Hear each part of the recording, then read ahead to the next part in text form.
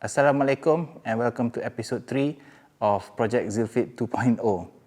Today I want to talk about the electrical wiring that is required when you move into a new location. What's going to happen today is that the electrician is going to come and dismantle all the lights. And we're going to bring the lights to the new location. When you move into a new unit, be sure to check all the electrical outlets, the switches, that they are all working. This is the responsibility of the landlord to make sure that it all works. So when you're just starting out, there's probably not a lot of issue. That's because everything is new. You don't have an existing location that you need to move out of. In my case, I want to reuse the lights because I don't want to spend a lot of money buying new lights. And also you need to plan out when you want to install the lights and perhaps maybe put extra outlets, extra plug points on the walls and things like that. So what I am going to do in the new Zilfit Showroom 2.0 is that I'm not going to hack the walls, right? So I don't see this as a long-term location because eventually if we get bigger and bigger, I want a proper warehouse, and that's when I probably spend more money in terms of all these types of renovation. But for the time being, I think a conduit, an electrical conduit on the wall is not going to be too big of a deal. The way I'm planning it out is that all the electrical wiring should be done first, and then followed by maybe a security system and anything electrical that needs some form of work on the walls, and only then after that we're gonna paint the whole place. So my issue right now is that I've got 2 months to vacate this showroom. That means that because the electrical wiring has to go out first, and because we are taking out the lights for this next probably 1.5 months right now, if I do come here, it's going to be dark. So if you're in a similar situation like I am, maybe that's something that you should have in mind. I managed to clear up this lane right here so that the electrician can access to the lights above. But funny enough, apparently we don't need all the lights that we have currently to put inside the new location. So he just took about 10 pieces, and then that should be sufficient to light up the new showroom. Obviously we're going to put new lights like spotlights. So they're going to be I think about 3 spotlights that we're going to put inside the showroom. The rest of the lights that you see right here, most likely we're just going to take them down later and use them as spares.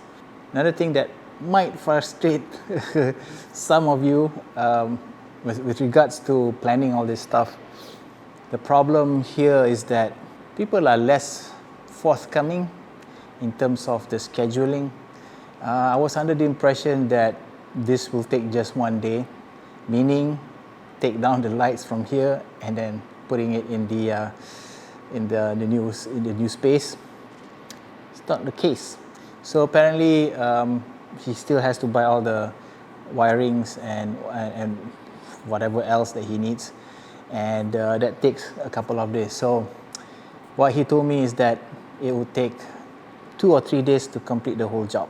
The security guys who are going to install the cameras, they will come on Friday, and the painters, they're going to start painting the walls this Thursday. I think it should be okay because they can start painting the walls that's not being worked on. So I think that's not an issue. Okay, today we're here at the new showroom, and I'm waiting for the electrician to come, and he will do all the installation and all the wiring that needs to be done. We're not going to have too many lights because we already have the spotlights up there. So we're going to add a few spotlights on that particular wall and the wall right on my left right here. This will be our feature wall, and we'll have the Eleco logo. We should have ample lighting in this space, and hopefully it is as bright as the old one.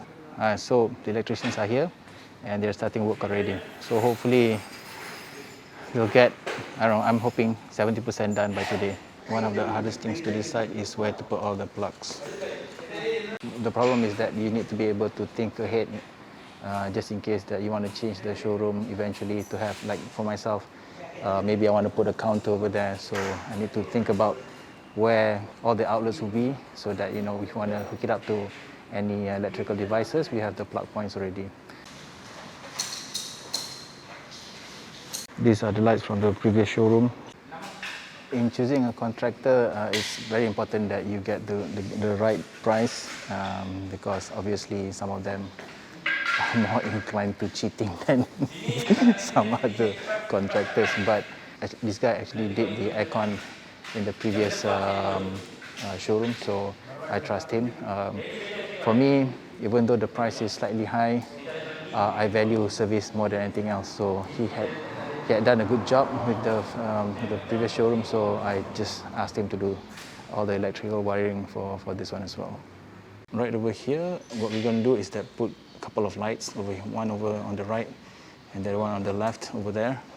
And the reason is because right at the top here, we might be putting a shelf for racking, so that we have more space to put our stocks or the junks that we might have.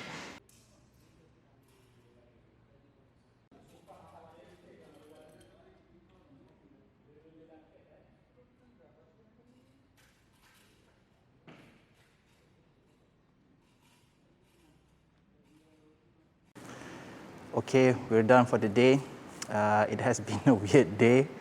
Not a lot of things done, to be honest. They've only managed to do that, and they laid the wiring around the whole area, the whole space, but not much else. But I think this is the reality of some of the contractors here in Malaysia.